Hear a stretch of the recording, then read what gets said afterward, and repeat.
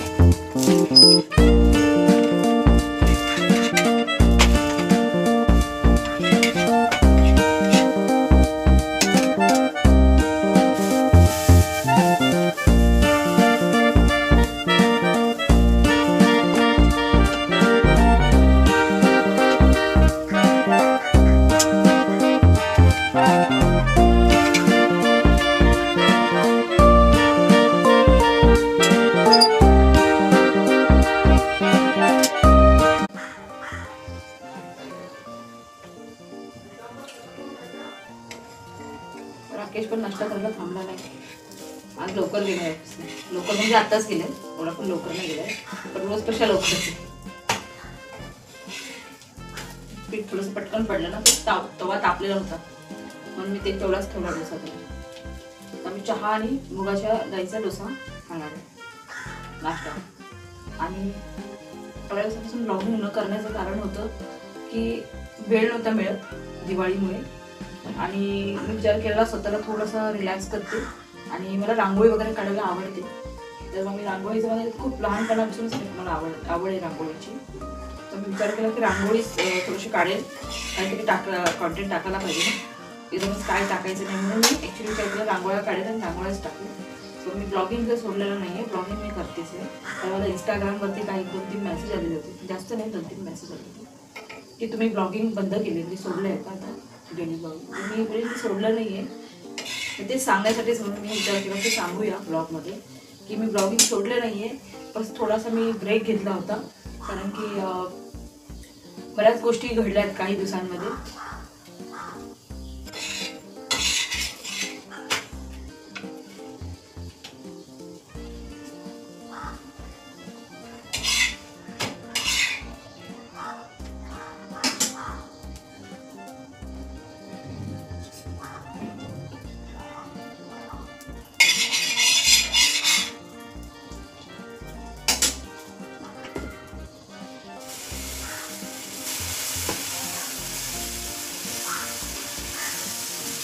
मला पाहिजे थोडं पातळ करू शकतो, पण मी थोडंसं जाड ठेवलं कारण मला चहा बरोबर खायचं आहे। चहा बरोबर खुसखुशी चांगला लागतो, पण मला जरा थोडंसं असं गबगबीत टाईपचं असतो ना चपातीसारखा, तो खायला थोडंसं बरं वाटतं जरा, आणि पोटभरीसाठी सकाळीच आपण खातो सकाळी फक्त टेस्टसाठी नसतं खायचं, ॲक्च्युली पोट भरलं पाहिजे.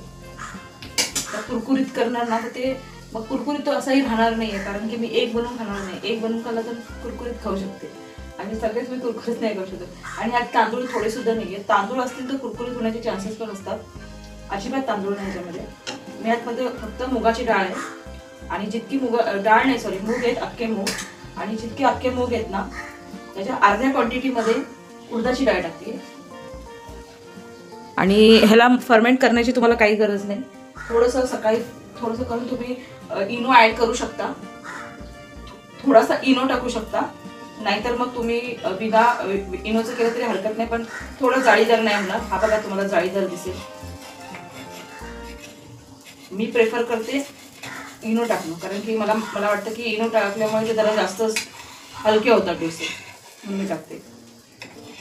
तसे तर बिना इनोचे पण असे काही होत नाही जड असे, पण मी टाकते. तुम्ही बिना इनोचे पण करू शकता, असं काय नाही. आता मी 3-4 बनवून घेईल माझ्यासाठी. आणि चहा तर इकडे उखळतोय. चहामध्ये साखर आणि टाकायचं, अद्रक टाकून उखळतोय आधी चहा. मला अद्रकचा चहा आवडतो. माझ्याकडे 2-3 दिवस झाले अद्रकच नव्हतं, अजिबात अद्रक नव्हतं माझ्याकडे 2-3 दिवसांपासून. मग मी चहा प्यायला कंटाळा यायचा. पीत होती मी चहा, थोडीशी बनवत होती. आणि कॉफी मी पूर्णपणे बंद केली आहे, कारण की कॉफी पिल्यामुळे मला पोटात दुखायला लागलं होतं. इथे ओटी पोटामध्ये खूप जास्त दुखत होतं म्हणजे कॉफी थोडी कमी. ती पिते मी आता, पीत नाही असं काही नाही आहे, पण लिमिटमध्ये. किती हलक्या बघा. अजून एक बनवते.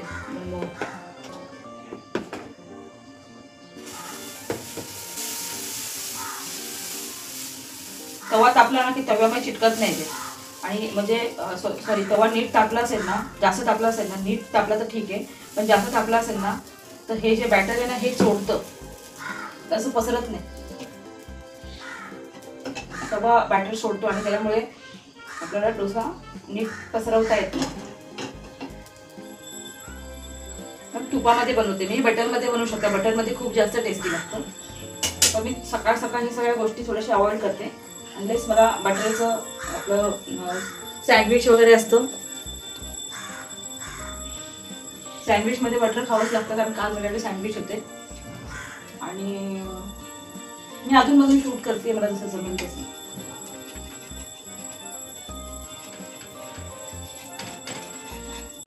आणि मी हे करणार ते करणार बोलते ना तेव्हा ब्लॉगमध्ये, तेव्हा मी ते काहीच करू शकत नाही. मग मी काहीच बोलणार नाही. आता खूप गोष्टी बोलते पण ते होतच नाही.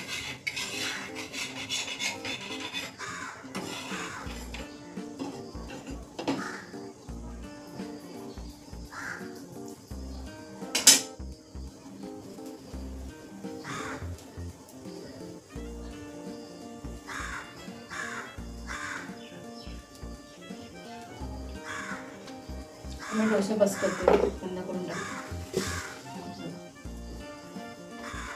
ॲक्च्युली कुरकुरीत मस्त लागतात हे डोसे, पण कुरकुरीत जास्त बनवू शकत नाही, लगेच नरम पडतात, ते सॉफ्ट होतात. आणि पातळ खायला येतात, पण पातळच बनवले तसे, आणि कुरकुरीत नाही आहेत.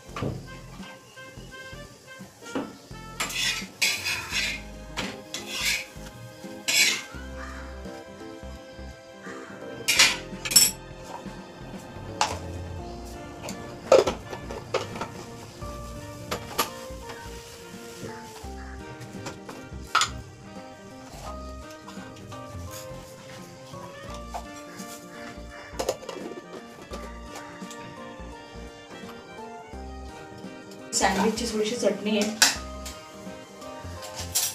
डोशाबरोबर छान लागते.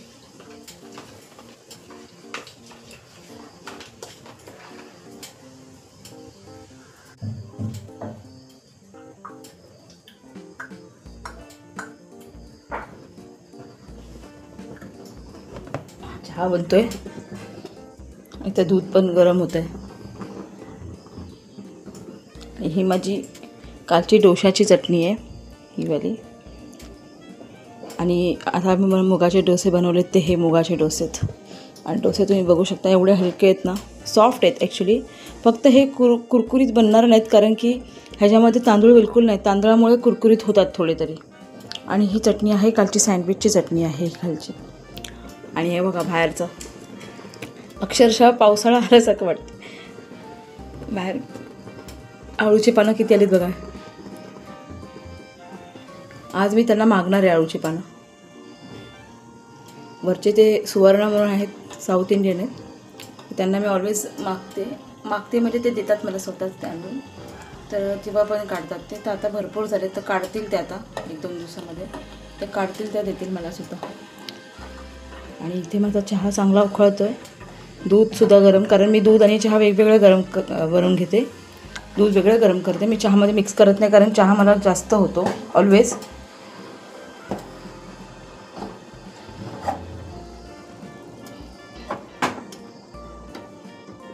असं नेहमी होतं माझ्याबरोबर की मी चहा जास्त बनतो आणि अद्रक कमी दूध ॲड केल्याच्या नंतर मग चहा खूप जास्त बनतो. मला तेवढं पॉसिबल नाही संपवणं, आणि राकेशसुद्धा आता नाही आहे.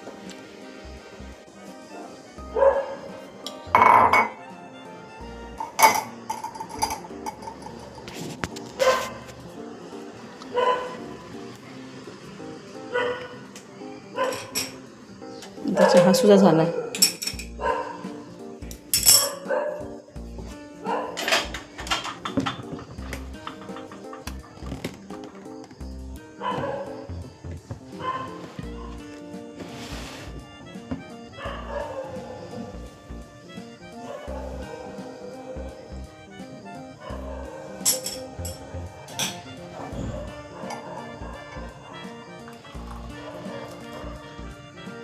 इतका चहा जास्त आहे, इतका चहा नाही करू शकत.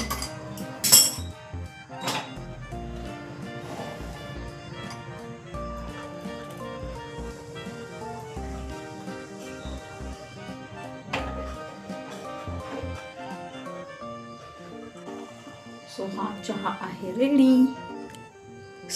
हा चहा आहे ready.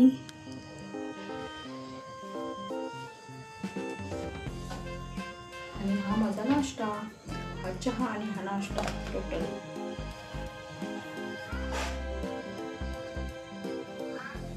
Lights lights lights lights lights.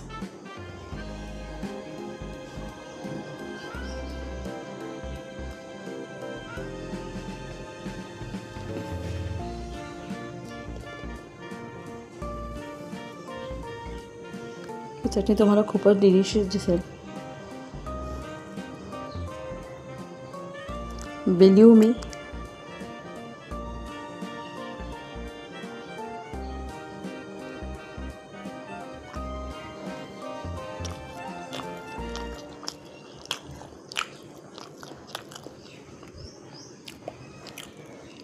Believe मी, तुम्ही ट्राय करा. हे कॉम्बिनेशन एकदम बेस्ट कॉम्बिनेशन आहे. हे कॉम्बिनेशन एकदम बेस्ट कॉम्बिनेशन आहे. ॲक्च्युली मी कधी ट्राय नाही, म्हणजे चटणी आणि हा डोसा तर नेहमी बनवते, चटणी पण बनवते, पण कधी एकत्र मी ट्राय नाही केलं. मी आज फर्स्ट टाईम एकत्र ट्राय करते.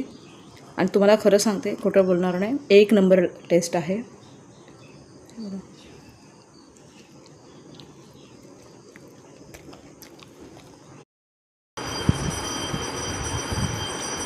नाश्ता संपवते.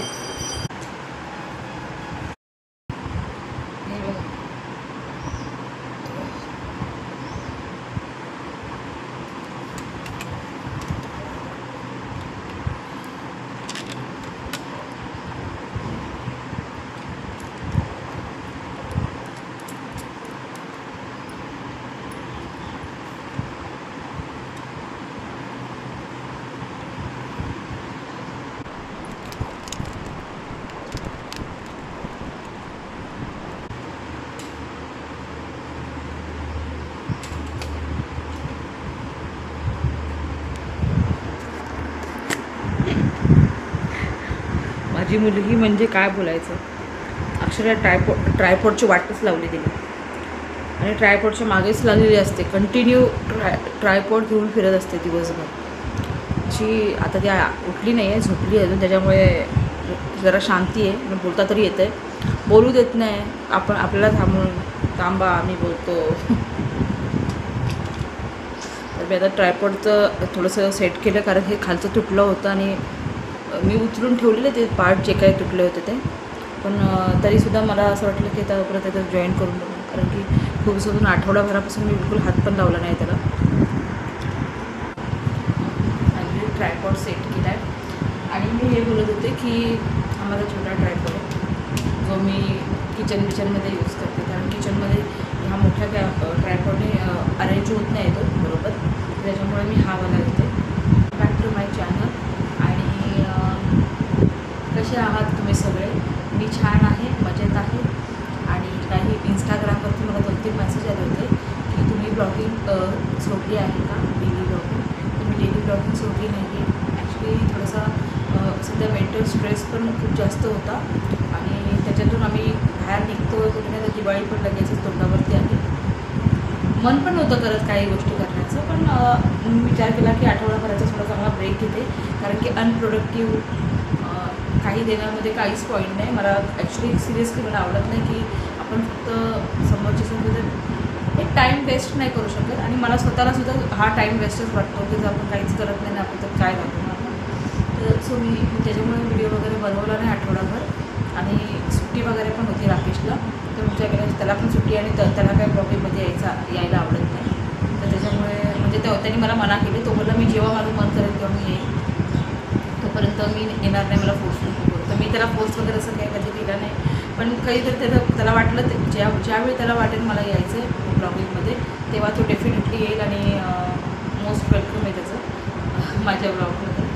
आणि आय होप मला वाटतं तुम्हालासुद्धा आवडेल त्याला बघायला ब्लॉगिंगमध्ये. पण ॲक्च्युली काय होतं, त्याला आवडत नाही. तो असं म्हणजे आधी मला पण वाटायचं की कॅमेऱ्याच्या समोर आलं ना की हे सगळं सुचायचं नाही काय करायचं काय. त्याचा प्रॉब्लेम तोच आहे की त्याला कॅमेरा वगैरे हे सगळं फेस करायला नाही आवडत, तो कम्फर्टेबल नसतो. तर दिवाळीच्या बिलेटेड शुभेच्छा तुम्हाला. आणि दिवाळीमध्ये मी तुम्हाला विश पण करू शकले नाही. आणि मी केलं नाही, कारण की मला मन नव्हतं करत माझं. आणि मनाच्या विरुद्ध जाऊन गोष्टी केल्या तर त्या काही अर्थ नसतो त्यांना. पण मला रांगोळ्या काढायला आवडतात आणि मला जेवण बनवायला आवडतं. मला जेवायला पण मला खूप जास्त व्हरायटीज खायला पण आवडतात, मला बनवायलासुद्धा आवडतं. सो मी वेगवेगळ्या खाण्याचे मी असे नॉर्मली बनवलेले फराळ वगैरे तर आम्ही यावर्षी बनवलंच नाही आहे. फराळ आम्हाला आलं होतं, माझ्या मामाच्या मुलीने फराळ आणलं होतं. ॲक्च्युली पप्पांचं असं झालं तर मग आमच्या आईकडे फराळ वगैरे बनवायचं होतं. आणि तुम्हाला मी सांगितलं नसेल, अपडेट दिले नसेल, पण माझ्या पप्पांचे मामा म्हणजे माझ्या ताईचे सासरे ते सुद्धा ऑफ झाले. पप्पा 31 ऑगस्टला ऑफ झाले. सप्टेंबरमध्ये 26 सप्टेंबरला माझे आजोबा म्हणजे पप्पांचे मामा ऑफ झाले. ते डोंबिवलीमध्येच राहतात तिथे. ते आजारी होते, तुम्हाला सांगितलं होतं मी एका ब्लॉगमध्ये की मी गेलेले बघायला वगैरे त्यांना. तर ते आमच्याकडे ते नातं आहे आमचं. पप्पांचे मामा आहेत ते माझ्या आईच्या मावशीचे मिस्टर आहेत आणि माझ्या ताईचे सासरे आहेत ते. तर आम्ही ते ऑफ झाले. 80+ होतं त्याचं एज, 80 असेल, 80+ नसेल, मे बी 80 असेल किंवा 80 असेल, 80+ may be, I don't know exactly. तर ते ऑफ झाले. तर त्याच्यामुळे ताईकडे पण सुतक होतं, आईकडे पण होतं आणि ताईकडे पण आहे, आईकडे पण आहे. आम्ही काय मन नाही करत ना गोष्टी करण्याचं, की सगळीकडेच प्रॉब्लेम आहे, सगळीकडे हे चाललं आहे आणि आपण काय दिवाळी करणार. नॉर्मली डेकोरेशन दरवाजाला खिडकीला लायटिंग, दरवाजाला तर मी लावली नाही, पण विंडोला माझ्या थोडीशी लायटिंग केली होती, कारण जरा प्रसन्न वाटतं बघितल्यावरती. की तर मी नॉर्मली माझ्याकडे वर्षभर असते लायटिंग. एका विंडोला माझ्या बेडरूमच्या विंडोला ना वर्षाचे 12 महिने असतात माझ्याकडे लायटिंग लावलेली असते. ती उन्हाळा, हिवाळा, पावसाळा. आणि मला आवडते ते समजा झगमगाट मला खूप आवडतो. घरामध्ये लाईट्स वगैरे सगळं मला सिरियसली खूप आवडतं. आणि मला फेस्टिवल खूप जास्त आवडतात. पण आता पहिल्यासारखे फेस्टिवल करायला जमत नाही, कारण की आता एक प्रेशर असतो, घरातलं कामं असतात. खूप लोक खूप एन्जॉय पण करतात. ॲक्च्युली मी तर काहीच करत नाही. मला मी थकून जाते. म्हणजे मला असं वाटतं की मी फ्रस्ट्रेट होते इमिडिएटली. मे बी मी कुठे बाहेर वगैरे फिरायला वगैरे नाही गेलेले. त्याच्यामुळे तसं ती स्टोरी आहे, खूप लॉंग स्टोरी आहे, की मी कधीतरी एकदा शेअर करेन. आता मी नाही सांगणार त्याच्याबद्दल काहीच, कारण की कुठे फिरायला वगैरे आम्ही आत्तापर्यंत माझ्या लग्नाला 8-9 वर्ष, फेब्रुवारीमध्ये माझं लग्न झालं, 14 फेब्रुवारीला आत्ता 9 वर्ष कंप्लीट होतील लग्नाला. पण 9 वर्षामध्ये आम्ही साधी मुंबईला पण फिरायला एकत्र नाही गेलो मिस्टर आणि मी. तर त्याच्यामुळे ती स्टोरी खूप लॉंग आहे, ती मी आता नाही तुम्हाला सांगू शकणार. किंवा तरी सांगेल किंवा मूड असेल आणि टाईम मूड असेल, मूड पण असला पाहिजे तेव्हा मी डेफिनेटली शेअर करेन तुमच्याबरोबर. तर तरी नाही. तर त्याच्यामुळे कसं माणूस आतमधून फ्रस्ट्रेट होतो की कुठे जाणं येणं नाही, कुठे फिरणं नाही, काही करणं नाही, फक्त काय ते घरच्या घरीच. असं नाही की असं काही वस्तू मिळत नाहीत किंवा पण घरच्या घरी असं करा सगळ्या गोष्टी. त्याच्यामुळे माणूस बोर होतो. आणि लहान मुलगी आहे ना, लहान मुलं असेल तर आपल्याला पूर्ण दिवस त्याला द्यावा लागतो. सो त्यासाठी अर्धा तास 15 मिनटं पण नाही काढता येत वॉकिंग वगैरे करायला किंवा काहीच करता येत नाही आपल्याला. आपण जे काही ते त्याच्यासाठीच करतो वगैरे. सो हे काही नवीन नाही, सगळ्यांसाठी सेमच असते. सगळ्या हाऊसवाईफचं हेच असेल मे बी. मग कुठेतरी बाकीच्या गोष्टी असतात प्रत्येकाकडे काय ना काहीतरी, पण नाही आहे तिथे, नाही आहे तर नाही आहेत. आता जे आहे ते आहे, त्या गोष्टीला ॲक्सेप्ट केलेलं बरं. जोपर्यंत आपण गोष्टी ॲक्सेप्ट करत नाही तोपर्यंत त्या गोष्टीला त्रास होत राहतो आपल्याला. ॲक्सेप्ट केल्यानंतर त्रास कमी होतो. त्रास होतोच तेव्हा पण कमी होतो थोडं. ॲटलिस्ट आपण आतमधून हलकं झालेलं असतो ना बोलून वगैरे. आणि तर त्याच्यामुळे तर फराळ तर आमच्याकडे आलं, पण माझ्या मामाच्या मुलीने फराळ आणून दिलं होतं. ती घरी काय आली नाही माझ्याकडे, माझ्या बहिणीच्या घरी आली, मोठ्या बहिणीच्या. माझी मोठी बहीण पण डोंबिवलीमध्येच राहते, ते रुमालमध्ये. तर आणि गुरुमालमध्ये राहते ती ॲक्च्युली. तर तिच्याकडे आली होती, ती माझ्याकडे नाही आली. आता ती मोठी आहे ना, माझ्याकडे येऊन तिच्याकडे नाही गेली तर ते बरं दिसणार नाही, म्हणून ती तिच्याकडे आली. नेक्स्ट टाईम येईल माझ्याकडे. फराळ तर आम्हाला मिळाले. आणि फराळामध्ये मी पहिल्यांदा करंजी खाल्ली. मला ॲक्च्युली फराळ बनवते, पण मी ती करंजी लवकर खात नाही.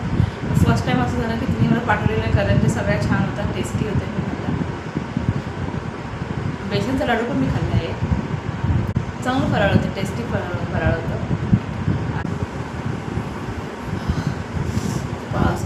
नाश्ता केला की स्पेशल वेळच होते, तर त्याच्यामुळे असं थोडासा हेक्टिक होतो टाईम.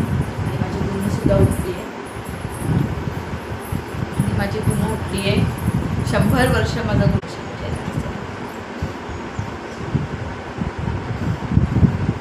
बघा. चांद सा तुकडा हे मेरा चांद सा मुखडा. अरे किती मोठा चेहरा आहे रे गुंडूचा. हे बघा, हा माझा गुन्नू आहे, इथं ब्युटिफुल गुन्नू आहे. Hello guys, welcome back to my channel. बोल हॅलो गाईज, बॅकहूम चॅनल, वॅक्यूम क्लीनर चॅनल. तर हे आहे आमचा हेअर बँड. पण तो हेअर बँड आमच्या दोघांचे पण केस असे झालेत. आम्ही हेअर कटिंग केल्यापासून आमची परिस्थिती झाली. Vacuum channel. Hello guys, vacuum channel है ना. बोल हॅलो गाईज.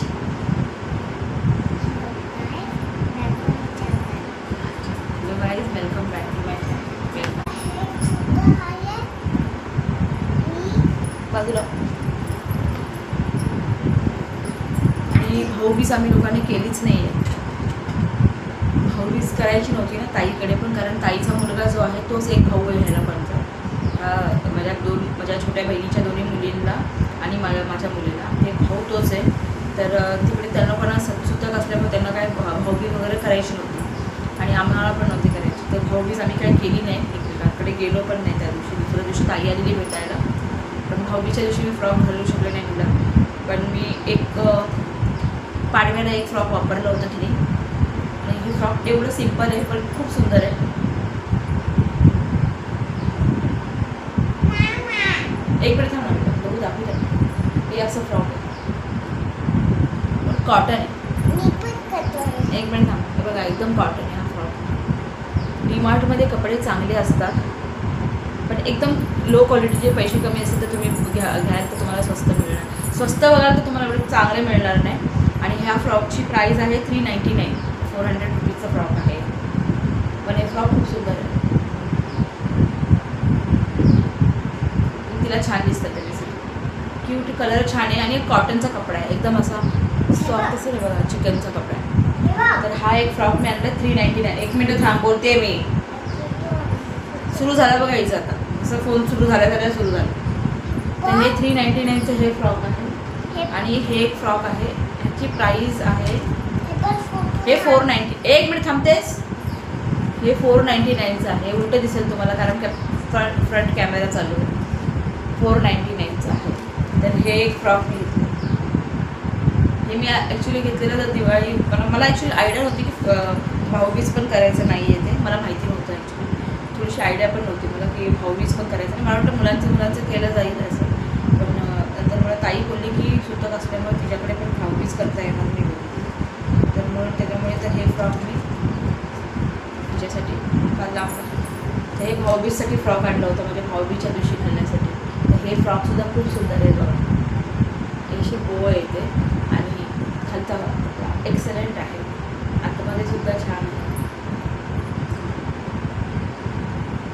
2 आहेत नेट. तर हे आहे 499चं.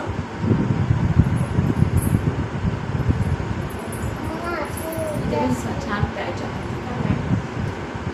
काय हे बघा,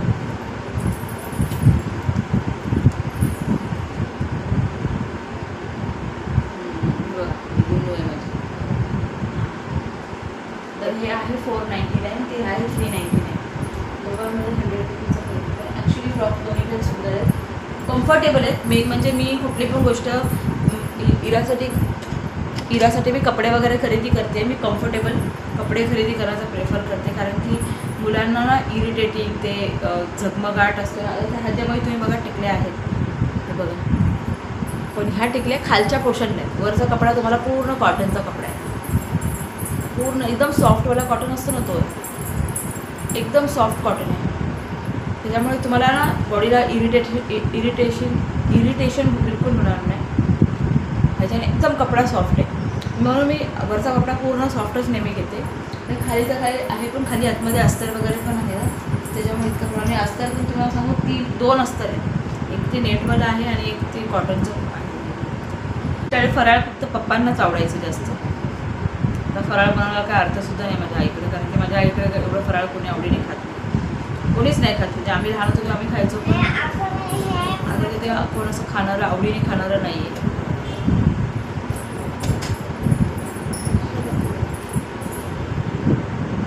फ्रॉक दाखव. हां छान आहे, छान आहे. तो वरून बोल.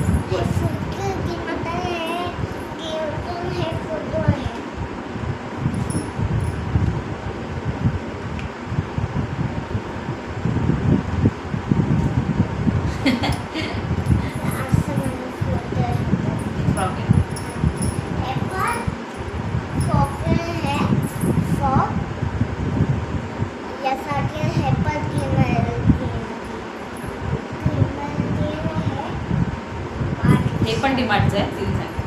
डीमार्टमध्ये चांगले कपडे मिळतात, पण तुम्ही घ्याल त्यावर तुमच्या चॉईसवर डिपेंड करतं तुम्ही काय चॉईस करताय. कारण की खूपशी झगमगाट पण असतात. मला ते काय आवडत नाही. तो कपडा असतो बघा एकदम सिल्की जो मला असं वाटतं आता नवीन कपडा काय कपड्याला बोलतात मला माहिती नाही एक्झॅक्टली. असा करकरीत टाईपचा असतो बघा. खूप कपडा खराब कधी आयुष्यात होणार नाही, तो इतका वेगळा असतो. पण त्यावर तर एक ठिणगी पडली ना मग खूप पेटत जाईल पूर्ण. अशा टाईपचा कपडा आहे. हे आमच्या मामाच्या मुलीने फराळ पाठवलं होतं थोडंसं, त्यातलं हे शंकरपाळ्या आहे. तर त्या ते डब्यात तिच्या डब्यात भरल्या. तर तिला असं वाटतं की तिला गिफ्ट दिलं आहे मावशीने. तिला असं वाटतं हे मावशीने तिला गिफ्ट दिलं आहे ॲक्च्युली. मग ती सगळ्यांना दाखवते. तिला दिलं तिने मावशीला पहिल्यांदा तिने पप्पाला सांगितलं तिच्या की हे बघा मला मावशीने गिफ्ट केलं म्हणून.